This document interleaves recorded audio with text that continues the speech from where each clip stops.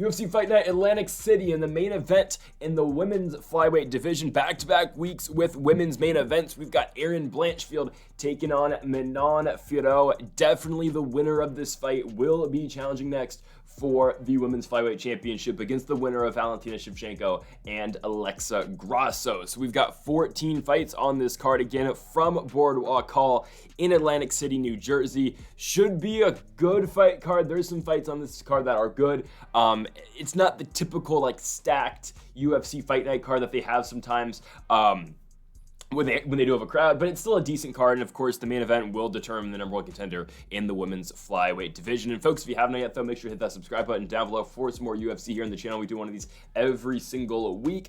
We do PFL, Bellator as well. Bellator, we went perfect on the card last week. UFC, we had a positive week. Wasn't our best week, but still went positive in UFC. And also for Bellator, we swept it, went 11 for 11. So let's get into it, man. 14 fights on this card. Okay, our first fight comes in the bantamweight division. We have got Angel Pacheco making his UFC debut against Loughran in this fight. For Loughran, his first UFC outing, a very tough out, man. They give him Taylor Lapeless in his first fight, and he loses by unanimous decision. But really, again, no shame in that loss. It was a weird rescheduling of fights that fight week over in Paris, France last year. Originally, Loughran was going to fight Yannis Gamodi. He was a huge favorite going into that fight. He probably would have beat Gamodi. Gamodi gets switched to William Gomez, and Loughran gets switched to Taylor Lapeless. He loses the fight to Lapeless. He walks in their enemy territory, plays up the whole villain thing in that fight. He shoots 11 takedowns, only gets 2 of them. Does win a round in that fight, but again, doesn't, it's not the best performance for Kaylin Loughran. But again, a tough opponent in Lapeless in his first fight in the UFC. Again, Loughran's a guy who's a former Cage Warriors champion. He was a champion over there in 2023 in the bantamweight division, obviously, then got signed to the UFC. And he's taken on Angel Pacheco, a 32-year-old fighter who is coming off a loss on the Contender Series. And you know what the UFC loves to do now, right? They're giving everybody a contract on the Contender Series. And they're even giving guys who lose on the Contender Series contracts as well. And that's what they do with Pacheco. He fought Danny Silva. Don't get me wrong. Really good fight, right? It's a back-and-forth war.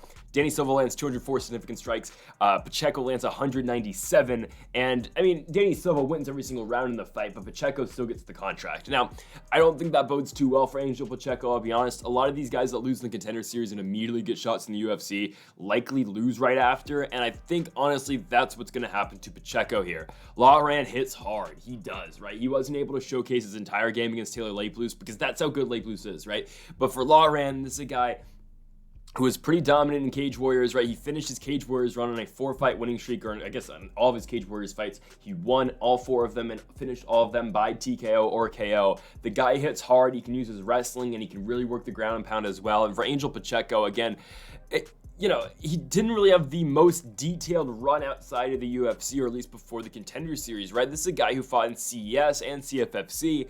The names he's fought aren't the best. He fought the same guy back-to-back in the span of 2 months in 2022. He fought the same guy named Zach Schroeder, right? He beats him in CES. He wins the fight. By the way, Schroeder going into that fight's 9-13. He beats Schroeder by TKO in the first round. He comes back 2 months later, beats the same guy in Bud Brawl 2 in Sauk Rapids, Minnesota for their vacant featherweight championship, and he beats the guy again by TKO. The guy taps due to strikes. He fights him twice in the span of 2 months. Then he fights again a month later on CFFC. He beats a guy who was 5-2 by rear naked choke. Good win, but still, other than that, the wins aren't that great outside of the Zuffa banner. And okay, he loses to Danny Silva in impressive fashion, right? He loses impressively, but still, he lost the fight. Loughran is all around way better than Angel Pacheco. Sure, this fight might get good. It might be a back-and-forth war on the feet, sure. But in the end, Loughran is going to get the better of him on the feet. I really do think so. Give me the Irish fighter by second-round TKO. This should be a barn burner to start off the card, don't get me wrong, but just skill-wise, there's a gap here. Pacheco gets hit a lot more than Loughran does, and Loughran's striking is just way better than Pacheco's as well. I'm still not impressed with Pacheco outside the UFC. Again, he lost a fight on the Contender Series, and now you're giving him a former Cage Warriors champion who just had a tough out in his first fight of the promotion. Yeah, this is all day Kalen Loughran in this fight. Second round TKO, I think that one's a pretty easy one to pick. Let's go to our next one here. I'm surprised this is this low on the card, I'll be honest. Andre Petroski, Jacob Malkoun. I mean, I get it's not the most crowd-pleasing type of fight because both these guys are primary wrestlers. These guys are going to try to go to the ground and win fights, but it does make for an interesting stylistic matchup, right? Petroski, he's a Pennsylvania guy. I don't know if the UFC is going to make it out to be like this is a home game for him because they're really trying to push that, New Jersey advantage, which again, Petroski is a Philadelphia guy, but who knows? They're going to hype up the Northeast, I guess, right? But for Petroski, again, he's a Renzo Gracie guy, and he lost his last fight. He loses to Michel Pereira. Now, everyone's losing to Michel Pereira at this point. Pereira's on, a 7-fight winning streak? That was Petroski's first loss in the UFC. He's 5-1. The fight before Pereira, he beat Gerald Meerschaert. He beat him by split decision over in Boston. He beat Wellington Turman before that by decision. Beat Nick Maximov. The guy's pretty good, right? He uses wrestling to his advantage. He's got a pretty dominant top game, and he's pretty good over there. He's getting the Mamba, Jacob Malkoun. And Malkoun is coming off of that DQ loss to Cody Brundage, right? It's the illegal elbow to the back of the head. Brundage really milks it, right? Because Malkoun was going to go in there, and he was going to dominate that fight. I had money on that fight, so I was kind of pissed off. I mean, it's not like I played that as a straight. Again, he was like a minus 400 favorite going in that fight, but you do the big favorites parlay sometimes. It is what it is. But still, Malkoun, he gets DQ'd with the illegal elbow to the back of the head. Again, Brundage milked it, but it's whatever. Brundage is now on the main card of UFC 300.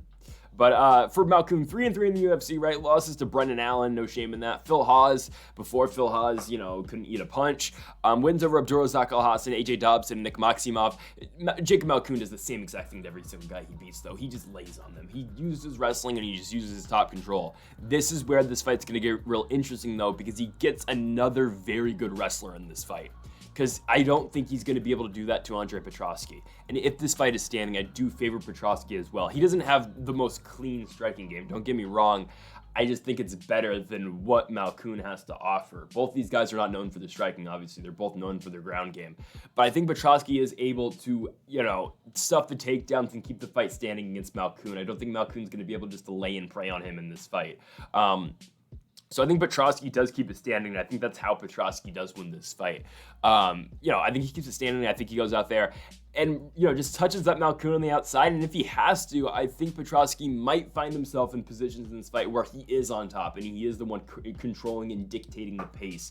So again, with all that being said, I think it's a very difficult fight for Jacob Malkoun to win because, again, Petroski is not just going to let him take him down and just, be stuck on his back with nothing to do. No, Petroski, if he does get taken down, should be able to work back up to his feet. And I do like the top game out of Petroski as well. If he is able to find himself on top in this fight, I do like the output that he puts out. Again, he looks for that arm triangle some.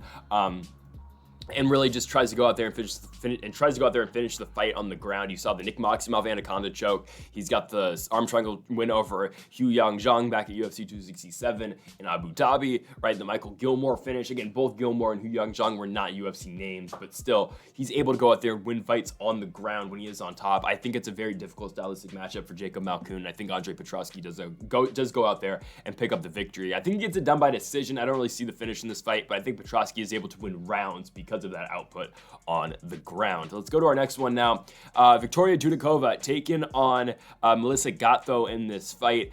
For Dudakova, undefeated so far in the UFC, given it's only with one fight, but undefeated as a professional as well. She won her first fight, she won 2 fights in the UFC. Her last fight, I was thinking of the Jin Yu Fry win. Dudakova does come in overweight in that fight by 0.6 pounds. And she beat a fighter in Jin Yu Fry who she was supposed to beat. Jin Yu Fry going into that fight was 11-9. She's 11-10. Exited the UFC after that most recent 4-fight losing streak, finished her UFC run at 2-6. And Jin Yu Fry, again, an older UFC strawweight. She was 38 going into that one. A fighter who should honestly be fighting at atomweight. She's just fighting up a weight class because the UFC doesn't have 105. Which, hey, if they get rid of 145, I think they should just implement a atomweight division. Why not? Throw Laura Sanko in there, let her fight. I don't know. Anyways, for Dudakova, right, 2-0 in the UFC. Her first win, it's a win over Estela Nunes. It's the whole injury to Nunes, but whatever. Dudakova picks up the victory, and then again, she goes out there and really showcases her game against Jin Yu Fry. For Melissa Gatto, 2-2 in the UFC, but coming off back-to-back losses, and her first 2 wins, they're wins, and they're both finishes, but who are they against? Victoria Leonardo, Sijara Eubanks, not the best names. They give her steps up in competition. They give her Tracy Cortez, she loses by decision, and they give her Ariane Lipski, and she loses by decision. Gatto will try to keep on the feet, keep the fight on the feet. She'll try to use her kicks because that's what she is really good at. And for Dudakova, right, you're going to get a mixed bag. You'll see the striking game out of Dudakova as well, as you're going to see the grappling too. We've seen that in all three of her fights with the Contender Series and with the UFC as well. She dropped Jinh Yu Frey in their last fight in 2023. She drops her in the first round and really just kind of dictates where the fight goes from there, even though Jinh Yu Frey does win that second by getting a takedown. And that's what's a little bit concerning of the game of Dudakova. However, I don't think Melissa Gatto is going to be the type of fighter that's just going to be able to lay on Dudakova. I don't think that's going to happen, right? I don't think Gatto is going to come out there with the wrestling heavy approach. I think Gatto is going to come out there thinking that she can go out there and outstrike Dudakova. Now, I think Gatto can win, I'll be honest. I think this fight is very, up in the air. This fight is going to be at flyweight, so Dudakova going up in weight after missing weight, which should be easier on her. It's not like Gatto is going to be that much bigger than her. They're both 5'5". I think they're both going to, look kind of the same in there. So Dudakova was just cutting some weight going down 115 pounds, but it's not like Gatto is one of the bigger flyweights in the division. She's really not. So with that all being said, I think Dudakova does win. I don't think we really see the wrestling playing too much of a factor in this fight. I think if, Dudakova keeps winning, she keeps rising up the ranks, I think that's something that is going to hurt her because I think better wrestlers are going to beat her. But in a striking fight, believe it or not, I think she actually is better than Melissa Gatto. I don't think Gatto is very good, right? She beat up on two not great fighters. There was so many question marks around Gatto coming into the UFC as well. If you remember, right, she beats Carol Hossa in 2018. She's booked 5 times in the promotion. It doesn't actually get to fight in the UFC until 2021 in Houston on the Lewis and Gane card back at UFC 265.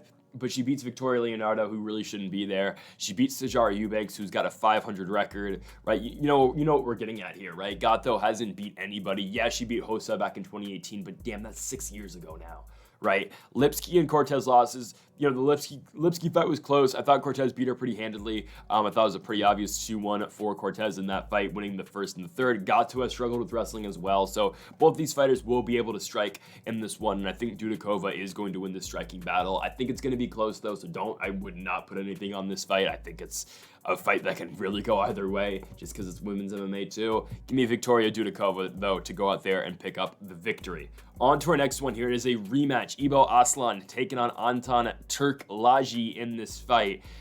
Okay, so I watched this first fight. It's back. Oh god, it's Aslan's only loss, Brave 2020. Go back and rewatch that fight. It's weird because if you just look at it on paper, right? Anton Turkalj submits him in the second round, but it's not the way you think that fight goes. Aslan's winning the first 7 minutes of that fight. 6 minutes, no, I would say 7 minutes of that fight, right? He's dominating Turkalj. Anton looks lost in the feet. Aslan's really putting it on him. He gets a takedown to Aslan. He puts Turkalj on his back. He's backing him up against the fence. But then in that second round, Aslan throws, I believe it's a leg kick. He gets turned around. Turkalj follows him, gets him to the ground, all of a sudden flattens him out and puts on a rear naked choke and wins the fight. So for Aslan, right? This is a Turkish fighter. He's 6'3", he's huge for 205. All right, he's 12-1. That's great. He won his last fight in the Contender Series by first round knockout. This guy I don't think has a tank though. If he gets out of the first round, it is trouble because he just tires so quickly. Because you look at all of his wins, right?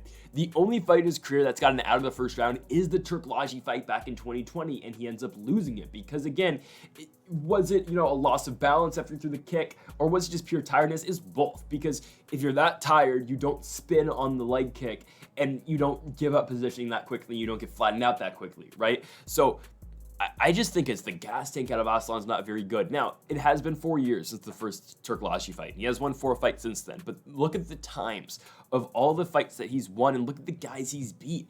He beat a guy who's 12-2 by first round knockout, 5-9 by first round knockout in 90 seconds, minute 45 against an 18-21 guy, 20 seconds against a 6-7 guy, right? He hasn't beaten anybody, and if Turkalj can simply get out of the first round, I think he's able to win. That's why the odds are even in this fight. On Tapology, 83% are going with Aslan and 17% are going with Turkalj because you've seen Turkalj lose 3 fights in a row in the UFC. That's fair. But at least Turkalj beat guys outside of the UFC, right? He was, his fight before the Contender Series beat a 5-1 guy on Brave, right? He beat Aslan, who was 8-0. I'm really tempted to take Anton Turkalj here, and I think I'm going to. I'm going to take the underdog in this fight. I don't know what he will close at, but at least on Tapology, he's a huge underdog. I'm picking this fight to go the same exact way the first fight goes. Second round submission, Anton Turkalj. If Aslan isn't able to get him out of there in the first round, he's going to lose. Now, it would not surprise me at all, though, if Aslan beats Turkalj in the first round, but since these guys have fought before, I think Anton knows what Evo Aslan is going to bring. He's going to try to go out there and put him away in the first round. But if Anton Turkalj can just accept that he's going to lose that first round and just weather the storm out of Aslan and then get him deep in this fight in the second, and if he has to the third round, I think Turkalj wins it. I think a lot of people aren't looking at that first fight that these two had. Sure, Evo Aslan looked very good until he didn't. I'm not going to lie. He looked good until he didn't. And that's usually how he looks in all of his fights, right? He looks good because he gets the quick knockout. He beat Paulo Renato Jr. in his last fight. He's a Brazilian fighter who's gone 0-2 in the contender against Jamal Pogues and Aslan. Renato Jr. is mostly a striker, so I wouldn't really, put much into that. Like, you think Brazilian fighter, he's got to be a grappler. He's not. He's pretty much just a striker. So, I don't know, man. We've got Aslan and Turkalj here. Honestly, I think Turkalj wins. I think Turkalj is able to get him down, and I think he's able to just extend this fight and win it by second round sub. But again, if Aslan wins in the first, I will not be concerned. I will not be surprised at all. I could 100% see a world where Aslan's able to, just close distance and knock him out in the first round. So we'll see. But for now, I'm going with Anton Turkalj. He might be an unpopular pick, but that's a reason you see the odds at -110, -110, especially for a guy who's 0-3 in the UFC. I think he does get the first win, though, of his UFC tenure here tonight in Atlantic City. We'll go into our next one. Kind of even odds here, and another interesting, interesting Vegas line for this fight. Connor Matthews, Denis Buzukja in this fight. Connor Matthews is an underdog right now against Denis in this fight, and Denis hasn't won yet in the UFC. He's 0-2, losses to Sean Woodson and Jamal Emmers, and I know Emmers is going to be on this card later. We're going to talk about him. But I haven't been all that impressed so far with Denis Buzukja in the UFC. I just haven't, right? Sean Woodson was able to go out there, and I believe that fight was on somewhat short notice because Denis gets his contract a year before, but I think he waited, and then eventually I think he got that fight on short notice, I think against Woodson. Did he not? Right? Wasn't that supposed to be someone else? Yeah, supposed to be Jesse Butler against Sean Woodson. Woodson got Buzukja instead, who was a tougher opponent, I think, than what Butler was going to be. But Woodson beats him by decision, and then he comes back to Denis, and he gets knocked down in 49 seconds by Jamal Emmers. Now, Jamal Emmers, again, will be getting a fight with Nate the Train later on this card, where Jamal Emmers is actually a favorite, which I don't know about that. But Denis Buzukja is going to be fighting Connor Matthews. Now, personally, I didn't think Connor Matthews was ever going to find himself in the UFC. I didn't. I really didn't think he was going to. This is a Dana White looking for a fight guy who got a shot after winning on CES against a 1-2 Josh Hardy. They brought him onto the Contender Series. He loses to Francis Marshall, wins one fight in Combat Zone, and then beats an undefeated Jair Ferraz, who was 10-0 at the time, beats a Brazilian fighter, and he beats him by unanimous decision, goes out there and just out-wrestles him for 15 minutes and, puts it all together, really. Out-wrestles him and outstrikes him as well. 5 minutes of control time in that fight, 7 takedowns for Connor Matthews. He dominates the fight everywhere the fight does go, and now he's an underdog in his UFC debut against a guy who's 0-2. I know Buzukja has fought some decent guys, but I don't know. I was never high on Connor Matthews. I really wasn't. But then I saw his fight in the Contender. He looked decent, right?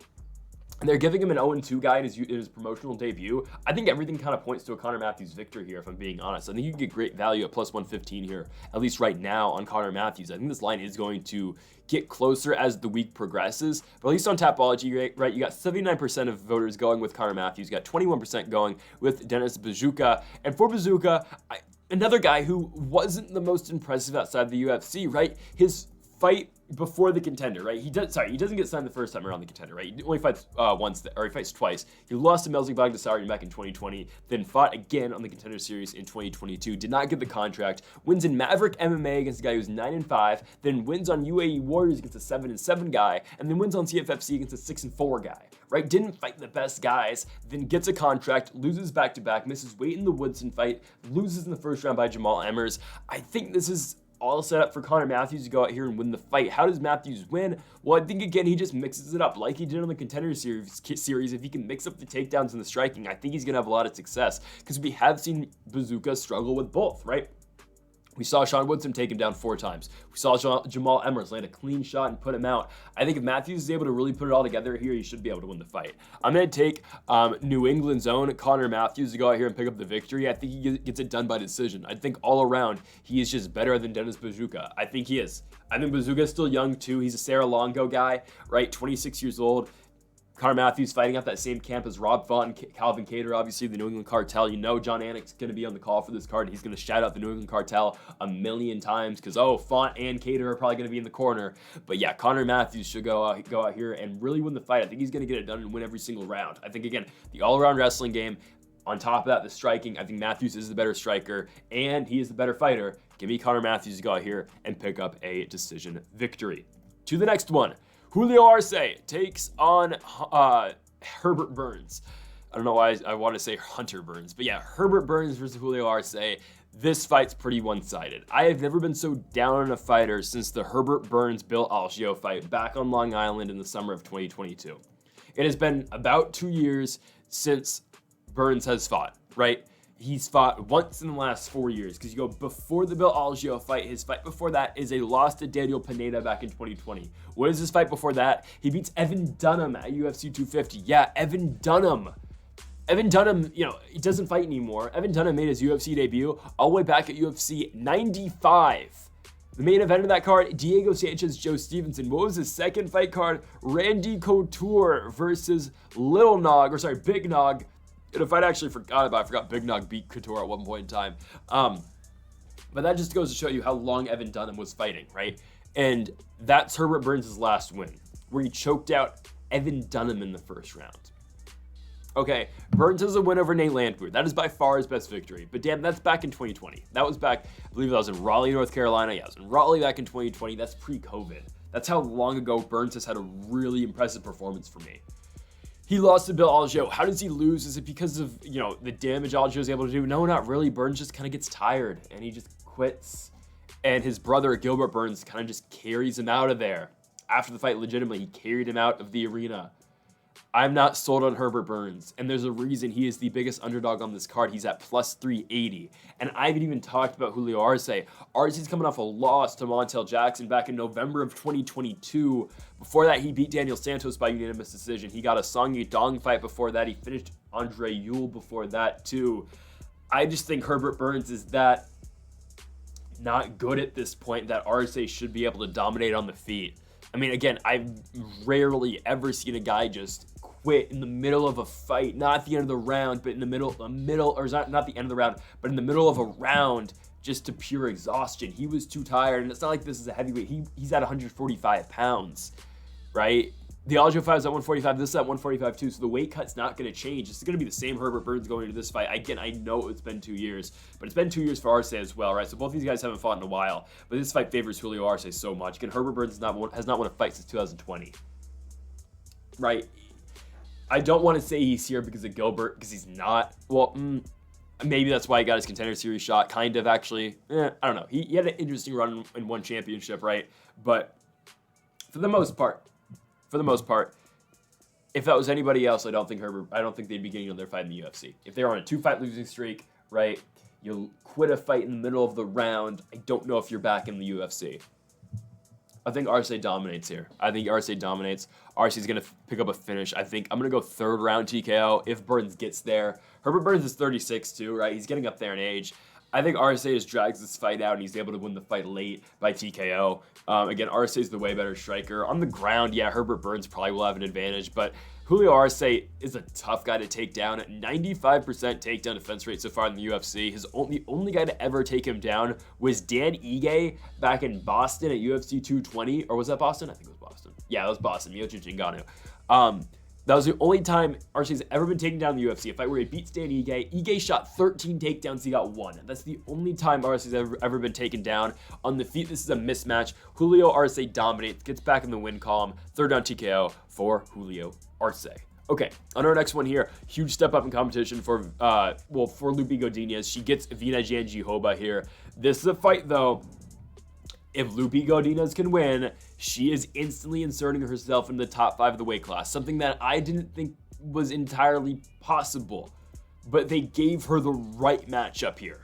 they gave her Vina Jandiroba. I think the most beatable fighter in the top 5 right now in the UFC's 115-pound division. Think about it. Champion Zhang Weili. Number 1, Yan Zhannan. 2, Tatiana Suarez. 3, Amanda Lemos. 4, Jessica Andrade. 5, Vina Jandiroba. Don't get me wrong. I think Godinez beats Lemos, Andrade, and Jandiroba. I think she beats all the Brazilians in the top 5. Suarez, I don't think she wins. I think she'd probably lose to Yan Zhannan, even though I think she might have a chance. She's going to beat Vina Jandiroba, and she's going to insert herself in the top 5 of the weight class. It's just Godinez has been so active, right? I know she lost to Angela Hill, but matchup-wise, and the thing with Angela Hill, right? Angela Hill is going to somehow, some way beat these up-and-coming prospects, right? She fights Luana Pinheiro, who is not entirely an up-and-coming prospect, but I remember the Denise Gomez fight. I was like, okay, Angela Hill's coming off a loss to Mackenzie Dern because that's what happens when she fights the better fighters. But when she's fighting up-and-coming prospects or up-and-coming fighters in the weight class, like Emily Ducote, like Luque Godinez, like Denise Gomez, she wins. And that's what she did against Gomez. Now, she might lose to Luana Pinheiro because Pinheiro's actually kind of been established in the top 15 for a little bit. She's number 9, Hill's 12.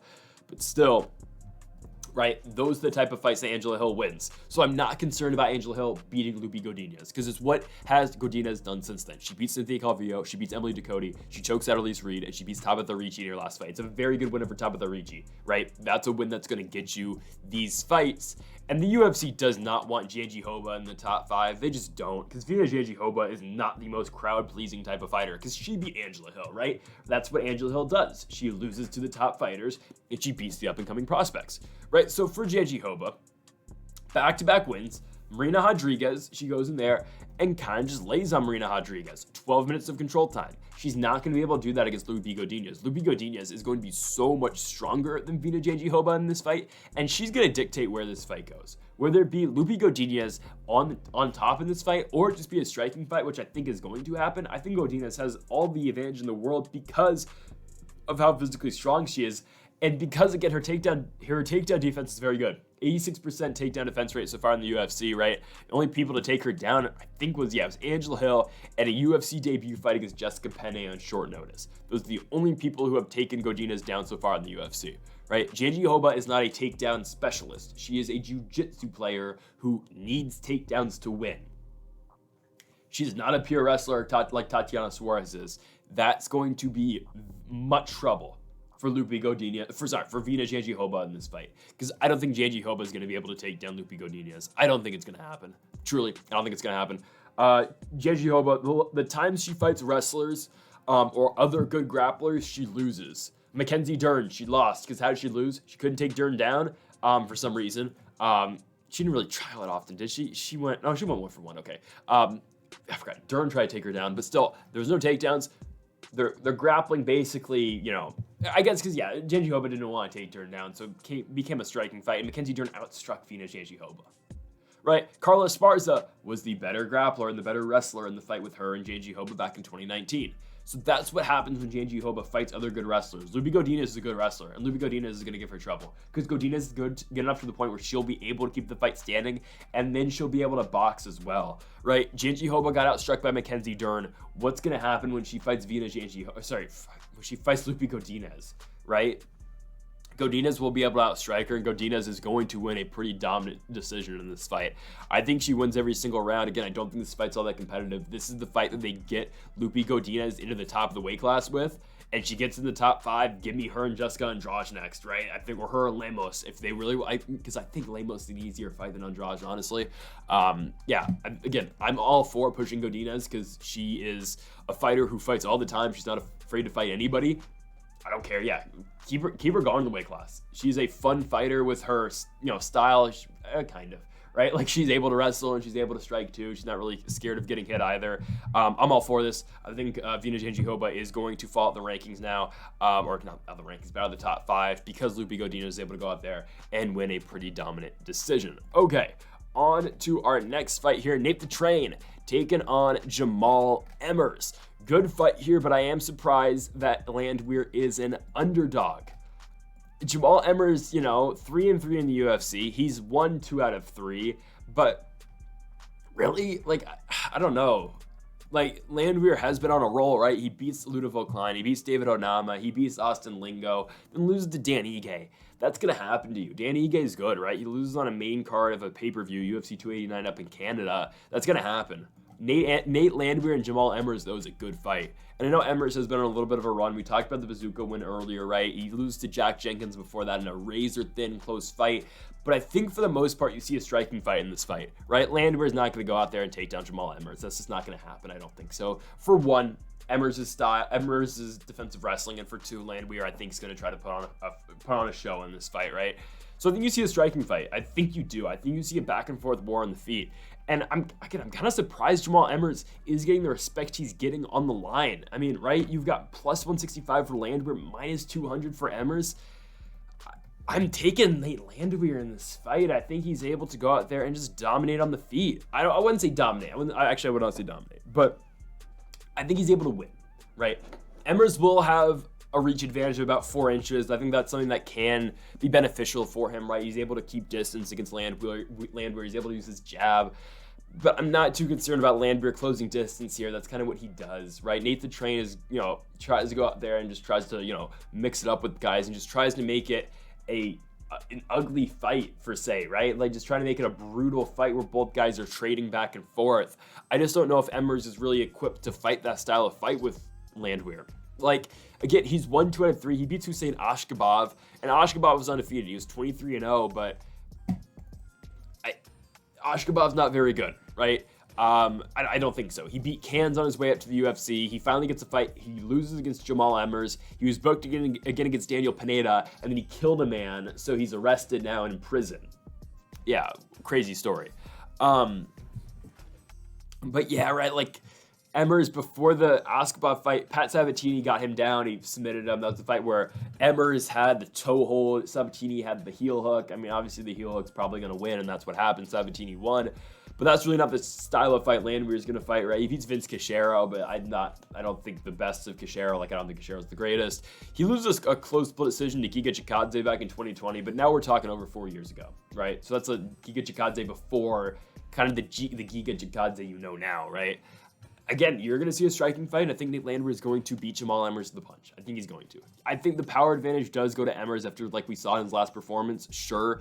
But still, I think Landwehr is able to, make this a fun fight in the feet. I think this is going to be kind of reminiscent of Emmers Julian Erosa back in 2018 on the Contender Series. Crazy back and forth fight like every Juicy J fight is, and Erosa ends up beating him by second round knockout, right? I think you see kind of a fight like that, but I think this one will go the distance. I think Emmers will win a round, don't get me wrong, but I think Landwehr is going to win 2 of the 3. I think Nate the Train Landwehr beats Jamal Emmers by unanimous decision. Let's go on to our next one here. Are we on the main card now? I think we might be, or are we still on the undercard?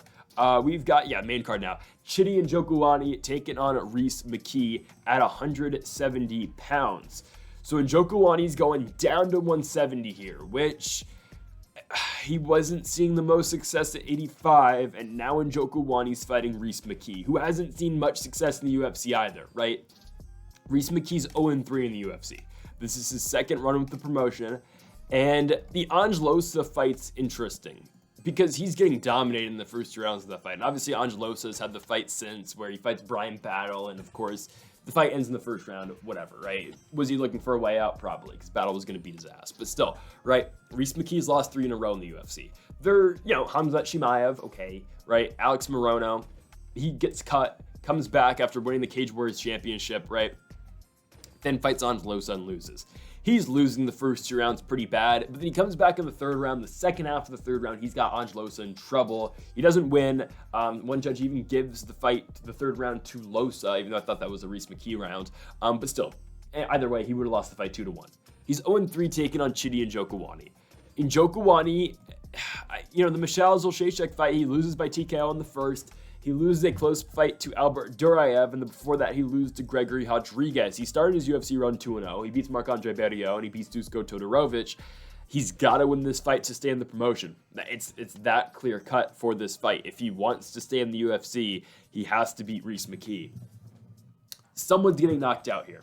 Someone is getting knocked out. Can McKee finally make that next step and finally, win a fight in the UFC? Because we know he's good in Cage Warriors, right? We know he's able to win fights over there. But can he do it in the UFC? I don't know, right? Because Njokuani still is a step up from the guys he will see in Cage Warriors. He just is. I know Njokuani's probably past his prime. He is. He's 35 years old. McKee is 28. He's basically entering his prime if he's not already in his prime. I don't know. I think this fight's close. I'm just concerned with Njokuani's chin because he has been hit a lot recently and he has been finished a couple times. Right? He had the war against Gregory Rodriguez, and once you get into a fight like that, it just kind of takes something away from you in there. That's what I'm a little bit concerned with, right? He had Gregory Rodriguez until he didn't, until Rodriguez ended up winning the fight in that second round. Durayev's a close fight that I thought he lost. The Ozil-Shashek fight, again, Ozil-Shashek is just able to ground and pound him to a victory deep in that first round. Ozil-Shashek's good, though. I'm not denying that. I think Rhys McKee, again, is somewhat of a step down for Njokuani, and it feels like a fight that Njokuani should be able to go out there and win. So, with all that being said, I'm taking Chitty Bang Bang to win the fight. I'm still not impressed with Rhys McKee because we haven't seen him do anything of note yet in the UFC. I know they're tougher guys, right? Morono, but like Angelosa, I don't know. I think Chidi and Njokuani would have a chance against Angelosa, if we're being honest, right? I am concerned with the weight cut for Njokuani because he's coming down to 170 pounds. That's something as well. But someone's going to get knocked down and someone's going to get knocked out quick. Because it's either Njokuani gets caught and Rhys McKee finally breaks through, or Njokuani does what I think he's supposed to do and go out there and knock out Rhys McKee and settle in now to the welterweight division. I think that's what happens. I still think Rhys McKee is looking for that first UFC victory, and I think Chidi Njokuani beats Rhys McKee by first round knockout. I think his striking game's all around better. I think he's got a better striking game than Rhys McKee. McKee falls behind in fights like you saw in the Angelosa fight, and Njokuani's going to be faster. I don't think McKee's going to be able to get going, and I think Njokuani is just going to catch him at the end of the first round and win the fight. Maybe an accumulation of damage as well, but I think Njokuani is able to win, get back on his winning ways, and just remain in the UFC, because if he loses, he's going to find himself back in Bellator. So Chidi Njokuani is going to win the fight by first round knockout, staying in the UFC. A much-needed victory for Chidi Bang Bang. Okay, on to our next fight here. Bill Algeo takes on Kyle Nelson. Algeo, another one of these guys where I think they might try to promote him as they might try to say this is a home game for him. I thought Algeo was a New England guy. Like not a New England cartel guy, but I thought he was like a Massachusetts guy. I think he's Pennsylvania. But Algeo is going to be taking on Kyle Nelson, the Canadian, in this fight. For Kyle Nelson, an impressive win in his last fight, right? A fight that I didn't think he was going to go out there and pick up the victory, but he beats Fernando Padilla. I'm talking about the fight against Blake Builder, honestly, but both those fights wasn't supposed to win was Kyle Nelson, right? He wins 2 back-to-back fights in the span of 3 months. Both fights he was an underdog in, right? And Nelson has seen a wide range of results in the UFC, right? If you lost the Blake Builder fight in Canada back in June, he probably would have been cut from the promotion. We probably wouldn't have heard from Kyle Nelson ever again. But he's won back-to-back, and here he is in a fight with Bill Algeo. Algeo's good, though. Like, right, Bill Algeo coming off that win over Alexander Hernandez, really good fight, and an even better fight the fight before that against TJ Brown in Kansas City in 2023. This is a guy in Bill Algeo who should be fighting in front of crowds. It was a shame he didn't fight in front of a crowd for the Alexander Hernandez fight. It didn't make sense. But now Algeo gets Kyle Nelson. You should just expect a striking fight in this one, right? I don't really see much else. I think maybe Kyle Nelson tries to take down Bill Algeo, but I think Algeo's decent enough with his defensive wrestling to keep the fight standing. I think you do see a striking fight with this. And yeah, Algeo is getting up there in age, right? He's 34 years old. He's been around for a little bit. Kyle Nelson's 32. And Nelson, again, has turned a page, right, so far in his UFC run, right? Because this is a guy at one point in Kyle Nelson who comes in back at UFC 231. He loses to Carlos Diego Ferreira. No shame in that. He loses to Matt Sales after that. He beats Marco Polo Reyes, loses to Billy Quarantillo, loses to Jai Herbert. Well, then he's, 1-4 in the UFC? They give him another shot. He has a draw against the Korean Superboy in Doo-Hoo Choi. They give him another fight. He beats Blake Builder as a plus 230 dog, and then beats Fernando Padilla as a plus 250 dog. And again, we just saw Padilla win last night against Luis Puejo. Kyle Nelson, again, beats Padilla by unanimous decision. He beats Padilla and, does pretty well, right? Maybe he wins every single round. You could probably give that, I think it was the first round of Fernando Padilla in that fight.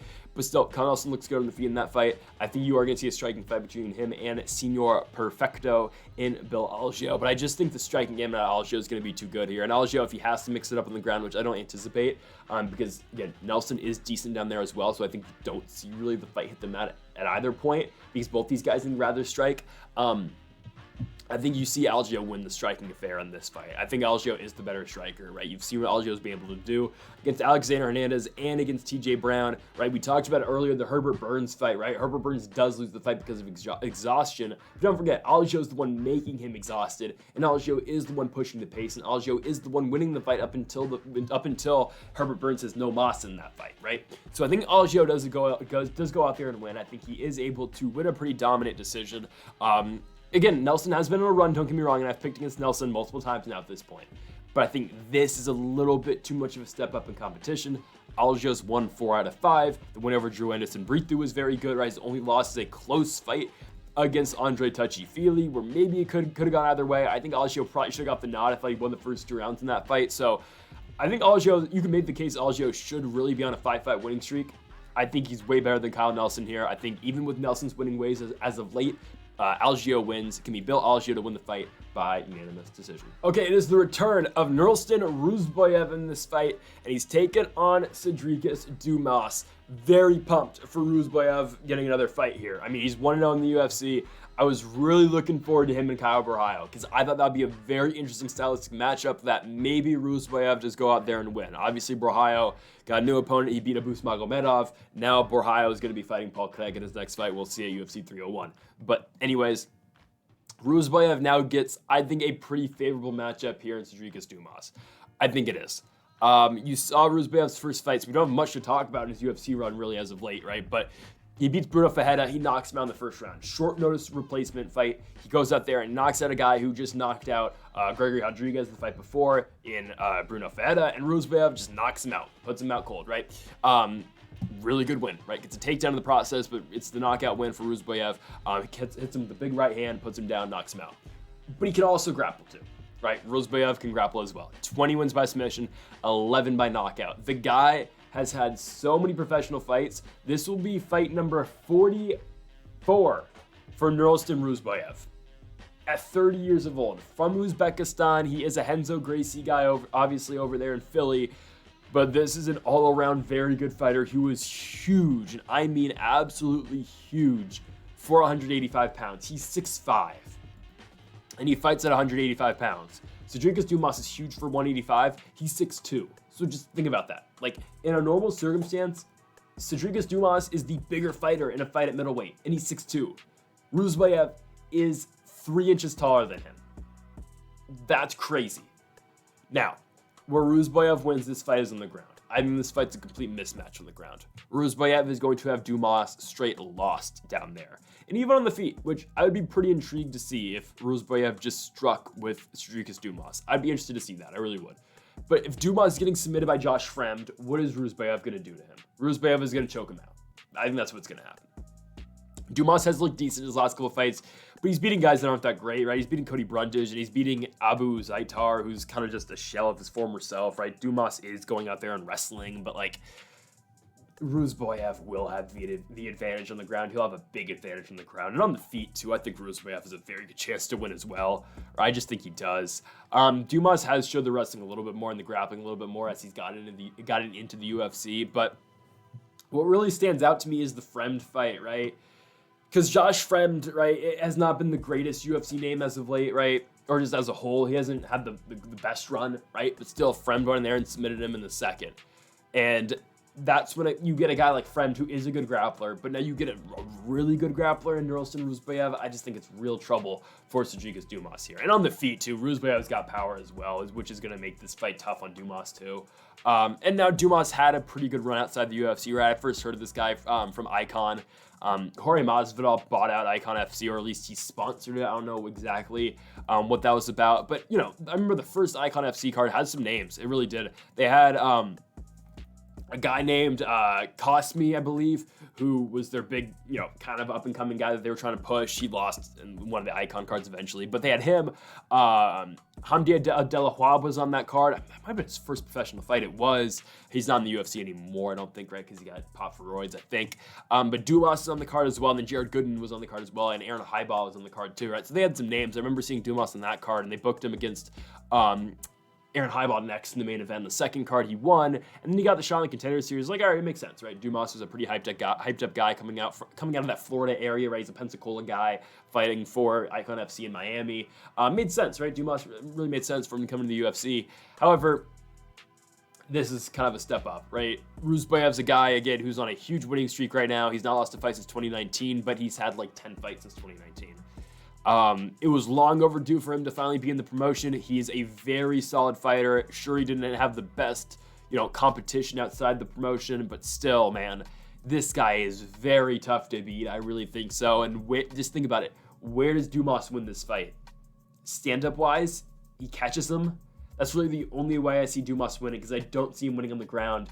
And I think Ruziboev's got this one. So give me Nurlston, Ruziboev to win the fight. I'm going to take him to take this one by first round sub. I think he's just the way dominant fighter down there. Ruziboev wins. Get this man. I want to see Kara Borhaio. I don't know if Borhaio's really going to want to fight down the ranks after that if he beats Pacheco. But Ruziboev, Abus Magomedov, I don't know, something like that. No, that's still kind of... I kind of want to see Ruziboev fight someone in the rankings, honestly. Like, maybe give him Paul Craig. Like, if Borhaio beats Paul Craig, I'd be down to see that. If you really want to, do a crazy fight, him and Anthony Hernandez, oh my goodness. Like, I know that would be killing a prospect kind of, but still, or an up-and-coming fighter, but still, that would be kind of entertaining. I don't know. Ruziboev's got a bright future, though. He's 30, but still, that guy's going to be in the top 15 pretty quickly. Okay, on to the final three. Chris Weidman. Okay, this is a virtual home game for Chris Weidman, though. He's a New York guy fighting in New Jersey. This is when they're talking about, the UFC is going to talk about fighters fighting at home. This is a legitimate home game for Chris Weidman. Hopefully his dad doesn't come on the mic if he loses and say, everybody, this is still my boy. Hopefully that doesn't happen again. But yeah, Chris Weidman, I've always liked Chris Weidman. I really have, right? For me as a kid, right? Like, it was, he was the guy who beat Anderson Silva, right? And then, he defended the championship a little bit, lost to Luke Rockhold, lost to Yoel Romero, had the weird stoppage in the fight against Gegard Mousasi, came back after being dropped, beat Kelvin Gastelum on Long Island, lost to Jacare, got knocked out by Dominic Reyes, wins a grueling fight against Omar Akhmedov. A lot of people crapped on that performance. I thought it was actually pretty good out of Weidman. That's a tough fight to win. It really is. The way that fight was fought, pure wrestling. I mean, yeah, that was a tough fight, a grueling fight that Weidman beat Omar Akhmedov. The Uriah Hall fight, he breaks his leg, fights Brad Tavares, loses the fight by decision. Tavares kicks the hell out of his leg. I guess Weidman didn't break anything because he's back so quickly. I thought he tore his ACL, I'll be honest, or something ripped in his knee, but he's back so quickly. I just don't want to see Weidman fight anymore. I really don't. I think after the Tavares fight, I was like, all right, well, good for Weidman. He came back. He fought after the injury to Uriah Hall. I think no matter what, this is it, though, because it's in Atlantic City. It's in New Jersey. I think this is the end for Weidman no matter what, if he wins or loses. So I think that's why they gave him the fight. But, man, Bruno Silva's beatable, though. Don't get me wrong. He really is beatable. This is a fight that Weidman can actually kind of win, I think. But Weidman's 39, post-leg surgery too and everything. He's got a steel rod in his leg. Like, hey, maybe Bruno Silva catches the curse, right? Maybe Bruno Silva is the one who kicks him in the leg and shatters it. No, actually, that curse would be on Uriah Hall. So that's why Uriah Hall retired, probably. But, like, isn't that crazy, though? Uriah Hall's retired, and Chris Weidman's still fighting. Oh, man. Can Chris Weidman take down Bruno Silva? He can. But will he? I don't know. Bruno Silva's a good striker. He is, right? Bruno Silva, that's what he does. He's lost back-to-back fights, sure. Brendan Allen and Shara Magomedov. Shara Magomedov's good. Brendan Allen, he didn't take down Bruno Silva. He tried twice, couldn't get it. He knocked Silva down to get the choke and win the fight by submission. Like, yeah, Gerald Meerschaert subbed him back in San Diego in 2022, which, again, kind of gives you something, but how did Meerschaert get him? He knocked him down. Can Chris Weidman knock down Bruno Silva at this point in Weidman's career? I hate to say it, I don't think he can. I just don't think Weidman's got the striking game to do that anymore, right? I mean, Bruno Silva, I know MMA math doesn't work like this, right? But Bruno Silva beat Brad Tavares. Brad Tavares just beat Chris Weidman. It's the wrong opponent. Completely the wrong opponent for Chris Weidman. Here, I will find you an opponent Chris Weidman should be fighting on this card to go out on a victory. He should be fighting I was going to say Phil Haas, but Weidman probably wouldn't, like, hit him on the chin. That, oh, God, yeah. I don't know. Haas could probably win that fight. I'm just scrolling through the top 60 now of Tapology's rankings. He should be fighting Dustin Stoltzfus. I'm serious. That's the fight he should be fighting. Stoltzfus coming off a victory over Puna Soriano, a guy who's not going to knock Weidman out, a guy who's going to be willing to wrestle with Weidman because he is a grappler, and Weidman can probably win exchanges on the ground and win in, you know, spots on the ground. Weidman would probably beat Dustin Stoltzfus. Or he should be fighting Cody Brundage. I know Brundage is getting Bo Nickel, but still, right? Stoltzfus is the fight Weidman should be getting here. A guy who's actually coming off a win, right? But Bruno Silva, this is not it. Because Bruno Silva is going to kick the hell out of his legs. He's going to kick the hell out of his legs. I don't know if Weidman's going to be able to walk. And then striking-wise, Bruno Silva's probably going to finish him on the feet. I hate to say it. And Weidman I thought he was going to get knocked out against Tavares. He ended up, fighting the entire fight. This is unfortunate. Bruno Silva's second-round knockout. I hate to say it. I want Chris Weidman to win so bad. I really do. I think he does have a pathway to victory. If he is able to get takedowns, yeah. But Bruno Silva as a whole is a tough guy to take down. How do guys beat him on the ground? They actually knock him down to get him down there. That's how Brendan Allen beat him. That's how Gerald Meerschaert beat him, which, again, surprisingly, Meerschaert knocked down Silva. Can Chris Weidman knock down Silva? Possibly, but I just don't think at 39 years old, Weidman kind of fights that weird Wonder Boy karate style at this point. I just don't think this is going to be a fight that Weidman can win. It's the wrong fight. Weidman should be fighting a guy either coming off the Contender Series or a guy like Stoltzfus, Puna Soriano, someone like that, not Bruno Silva, who has fought some of the upper guys in the weight class. I know he's lost 4 out of 5 of Bruno Silva, but Chris Weidman's lost 4 out of 5 as well, man. It's tough. It really is. You hate to see him lose like this, but unfortunately, this is how it turns out, I think. Bruno Silva, second round knockout. He beats Chris Weidman. I just hope Chris Weidman retires, I'll be honest. I hate to see him keep losing. I hate to see Chris Weidman keep losing like this. Let's go into the co-main event. Vicente Luque takes on Joaquin Buckley here.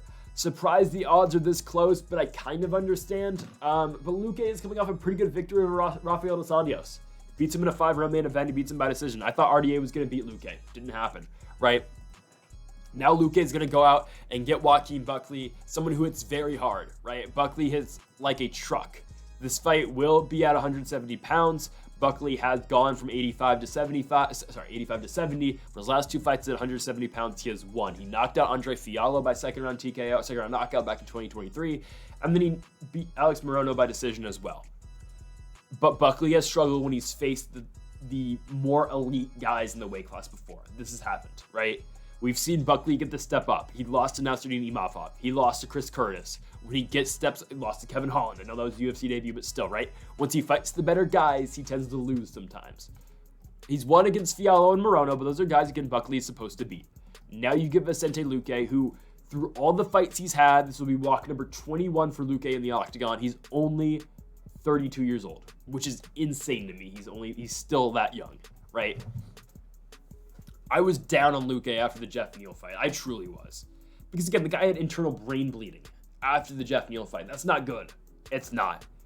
He came back and beat RDA. He beat him in a 5-round fight. He was booked against Ian Gary. Didn't happen. Sean Brady was supposed to be the name on this card for Vicente Luque.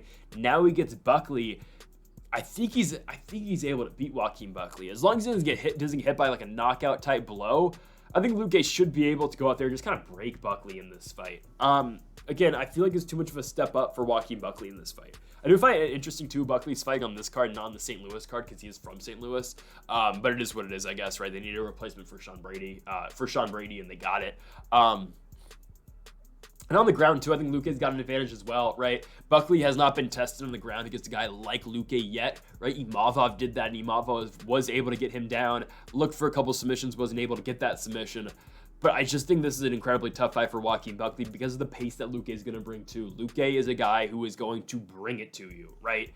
Like, look at the fight that he's got against Randy Brown. Look at the fight against Nico Price. Even the Wonder Boy fight, right? Luque is such a tough guy to put away. I know Jeff Neal did it, but man, that took a lot for Jeff Neal to put out Vicente Luque. And I know, again, one shot from Joaquin Buckley can put anybody out, right?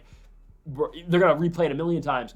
The win over Impa Kasanganay is one of the best knockouts ever. Maybe if not the best knockout ever. Well, Impa Kasanganay has become a world champion since then, but still, right? Buckley is capable of all of that.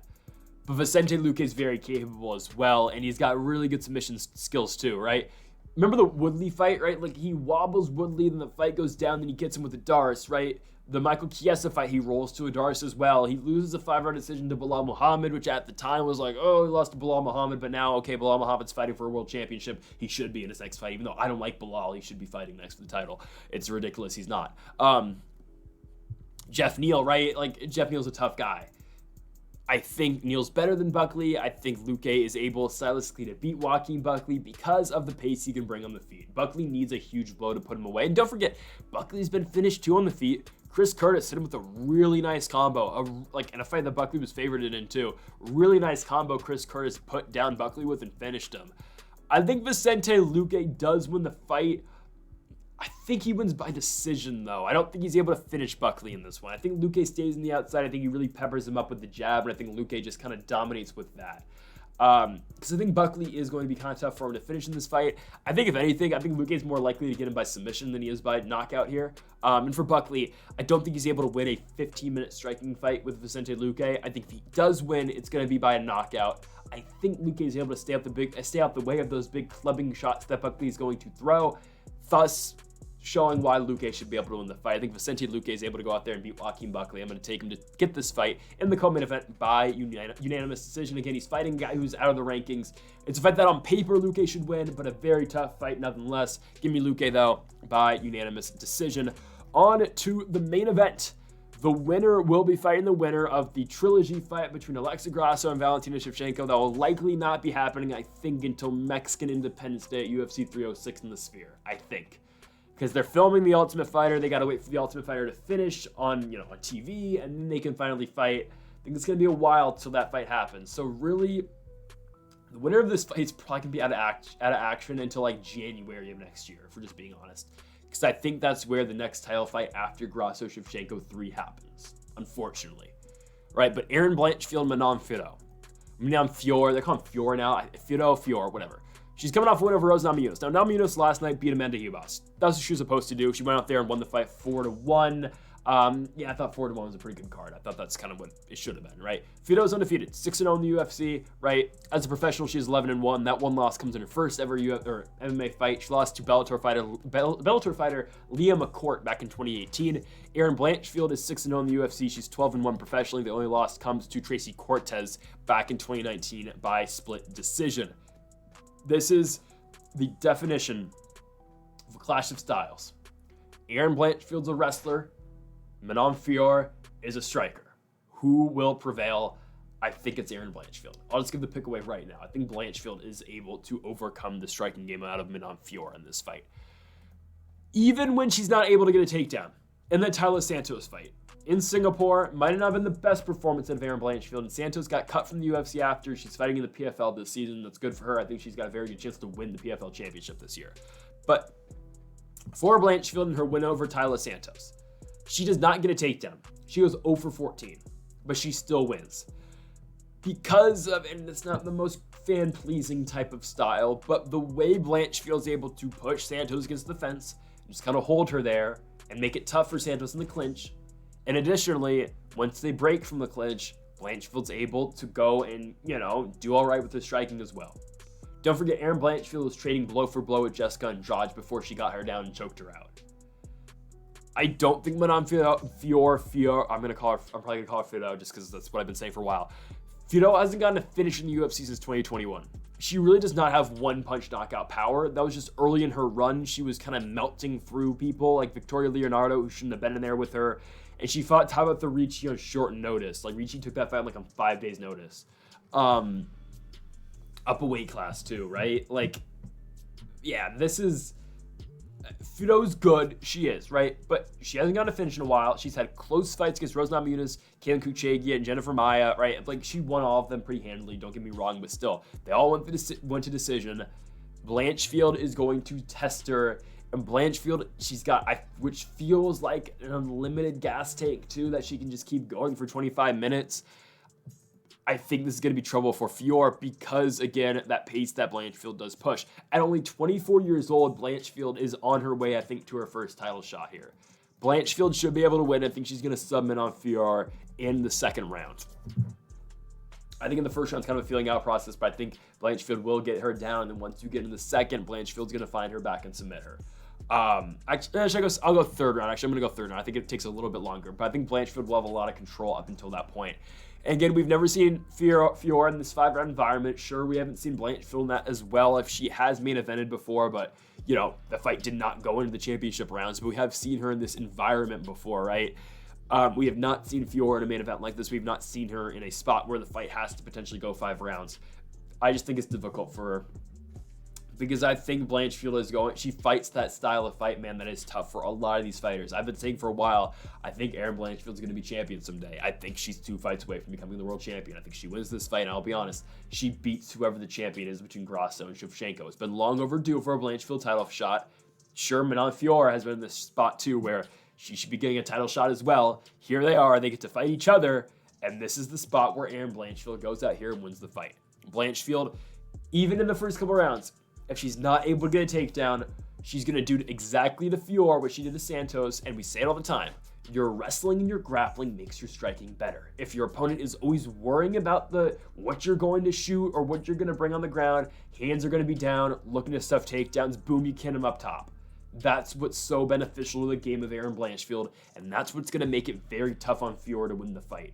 So give me Erin Blanchfield. I'm not concerned with Fiorot just hitting her once and putting her away. It's going to take a lot for Fiorot to beat Blanchfield, but what does it take for Blanchfield? A couple takedowns and a submission, that's all it takes. I think it's way more likely probability that Blanchfield subs Fiorot, or at least wins the fight, than Fiorot goes out there and, you know, dominates the fight on the feet. Because you're not telling me at some point in this fight Blanchfield isn't going to try or isn't going to be able to successfully get a takedown against Fiorot. It's going to happen. She's going to win. Erin Blanchfield wins the fight by 3rd round submission. Now when you look at the rest of the weight class, right, you got Erin Blanchfield, who should be fighting for the belt next against the winner of Shevchenko Grasso, but she'll probably be waiting for that fight until next year, I think. I really don't think she's going to get that fight until at least late 2024, early 2025. Where does that leave Fiorot? I don't know. I'll make the case that should be Natalia Silva's fight. I think it should be. I think if they do Macy Barber, Rose Namajunas, and Natalia Silva, throw her to the wolves. Let's see what we have with Natalia Silva. She's fought fighters that she's supposed to beat. An old Viviane Araujo, you know, she beat Andrea Lee. Like, those are fighters she's supposed to beat. Give her Manon Fiorot and see what happens. Like, those are the next 4 fighters other than the top 3, we're assuming, because Blanchfield wins. We're talking Shevchenko, Grasso, Blanchfield, and then whoever's, you can make the same case too if Fiorot wins, right? But like, just say we're using Fiorot as the loser in this fight. Then you have those 3 right at the top, and then you have the next 4, which are Fiorot, Namajunas, Barber, and Silva. And then maybe below that, you've got like Amanda Ribas and those fighters, right? Book those next 4 however you want to do it. I think Rose should fight Macy Barber, and I think Fiorot should fight Natalia Silva. I wouldn't be against Barber versus Fiorot and Silva versus Rose either, but hell, I'll take any matchup. But the one matchup you probably can't make is Rose Fiorot, which is fine. That's why I said either Rose versus Silva or Rose versus Barber, but I think Rose Barber would be better. So, folks, anyways, we're going with Erin Blanchfield to win the fight by 3rd round submission, really showing why she's the next title challenger, and give me that fight with her and either Grasso or Shevchenko. So, folks, thank you for watching. Make sure that subscribe button down below for more. Make sure you like if you did enjoy the video. We'll be back next week for another fight night in the Apex. You got Chris Curtis and Brendan Allen in their rematch. So we'll see that fight card next week, and then PFL as well coming at you on the channel as well next week as well. A lot of as well as in that sentence, but folks, thank you all for watching. Make sure to hit that subscribe button down below for more, and Mamba forever.